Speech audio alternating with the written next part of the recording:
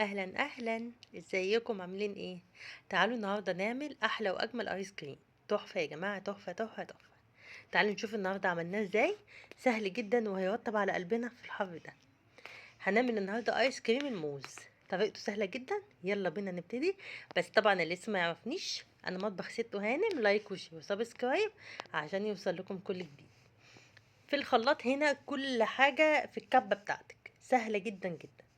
بالظبط معايا 5 موزات، بس تقشريهم قبل ما تحطيهم في الفريزر. ليه؟ علشان لو طلعتيهم من الفريزر هتتعبي جدا جدا في التقشير. او تسيبيهم 5 كده لحد ايه لما يفك شوية تبدأي تقشريه. تمام. حطيت الموزات ال5، وبعدين حطيت عليهم كيس كريم شانتيه. وبعدين قعدت ايه بالخلاط او اللي هو محضر الطعام. اضربهم كده هو بسرعة، يعني هو اتضرب كده مني بسرعة بسرعة. وبعدين حسيت ان هو محتاج شوية لبن. حطيت حدود ربع كوباية لبن. تمام. سهل سهل سهل يا جماعة وحاجة، وبيطلع طعمه خرافي. والموز ما بيحتاجش تحطي ولا سكر ولا عسل ولا اي حاجة. اولا بيطلع طعمه حلو، ثانيا بيطلع حلو جدا في العصير. يعني لما تجربيه هيعجبك جدا جدا. أنا بس حطيت شوية اللبن دول، يعني اقل من ربع كوباية لبن، علشان يعني يمشي الخلاط كده شوية ويسيح حاجة بسيطة وبس كده. زي ما انتوا شايفين بدأت اضربه تاني كده، وخلاص هو كده خلص معايا. جبت البولة اللي انا هحط فيها او الصينية، ونزلت بكل الخليط اللي انا عملته فيها. شوفوا شكله عامل ازاي، قد ايه يا جماعة ناعم كده وكريمي، وطالع فيه المطة كده اللي هي بتاعة الايس كريم. تحفة، خطير يا جماعة والله. وعارفين، انا عايزة اقول لكم اللي هو احلى من بتاع بره. تاكليه كده يرطب على قلبك، وحاجة حلوة جدا في الصيف. كده خلاص بدأت انزله في الصينية بتاعتي زي ما انتوا شايفين. انت ممكن بقى لو انت مش عايزة تطلعيه او ما عندكيش اللي هي بتاعة الايس كريم، مفيش مشكلة، ممكن تحطي كيس او اللي هو الاسترتش راب، تحطيه كده في الصينية من تحت بتاعتك، وتقومي مطلعاه اللي هو يبقى مستطيل، وتقطعيه قطع وبس، وتحطي عليه شوكولاتة او ما تحطيش عليه شوكولاتة براحتك. شايفين الكمية ب5 موزات بالظبط؟ شايفين طلعت عاملة ازاي؟ يعني طالعة جميلة وكمية كبيرة وحاجة كده يا جماعة، بجد بجد خطيرة خطيرة خطيرة. هتسيبيه في التلاجة مش أقل من 3 ل4 ساعات. يعني سيبيه كده في التلاجة براحته خالص.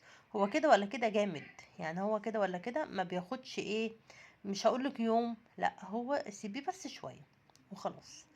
وبعد ما نشيله ونحطه في التلاجة خلاص كده. انا دلوقتي طلعته، شوفوا قد ايه جميل، وما اخدش اي وقت. يعني هي 3 ساعات او 4 ساعات ولا حاجة يعني. يعني لو عندك ضيوف هتقومي تعمليهم من الصبح، تعمليه الصبح وعلى الغدا تقدمه لهم. تمام. او لو عايزه تعمليه في البيت هتعمليه الصبح، وبالليل بعد الغدا تاكليه على طول. تمام. شايفين طالع عامل ازاي؟ وبيطلع معايا بكل سهوله. خطير خطير خطير. وشايفين فاكرين الفيديو اللي انا عملته لكم بتاع الايس كريم الجيلي، وقلت لكم يعني جربوه، بس هو ينفع، هو ما فيهوش المطه دي. ده بقى في المطه بتاعه الايس كريم بتاعتنا اللي هي اللي احنا عارفينها. اما تيجي تاكل ايس كريم كده تحسي في المطه بتاعته الجميله. فاكهه بس، مش محطوط معاه اي اضافات تضايقك في الاكل، يعني تبقى مستغرباها طعم غريب، لا. خطير خطير خطير، لازم تجربوه، وصدقونا هيعجبكم جدا جدا جدا جدا. عملت بولة ورجعت عملت واحدة تانية، وكنت محضرة عندي شوكولاتة. ممكن تجيبي شوكولاتة وتسيحيها، وممكن تعمليها في البيت براحتك، ما فيش اي مشكلة. طبعا الشوكولاتة اولا هي ممكن ما يبقاش ليها اي لزوم، يعني لو ما عندكيش مش مشكلة. هو بيتاكل كده طعمه بيبقى خطير خطير خطير. انا حبيت احط اضافتي يعني، وقمت ايه حاطه شوكولاتة، وحطيت شوية كده هنا في الجنب. وبعد كده ايه، لقيتها مش عارفة مش عايزة تنزل، هي كلكعت كده شوية جامدة، لسه مسحتش قوي مني. بس قلت خلاص مش مهم، كنت هزوقها لكم يعني. بس هي كده ولا كده مش محتاجة يعني. وخلاص كده. وطالع خطير خطير خطير يا جماعة. شايفين شكله خرافي ازاي؟ تحفة. والمطة بتاعت الايس كريم خطيرة. نكهات بقى، اعملي اللي انت عايزاه يعني.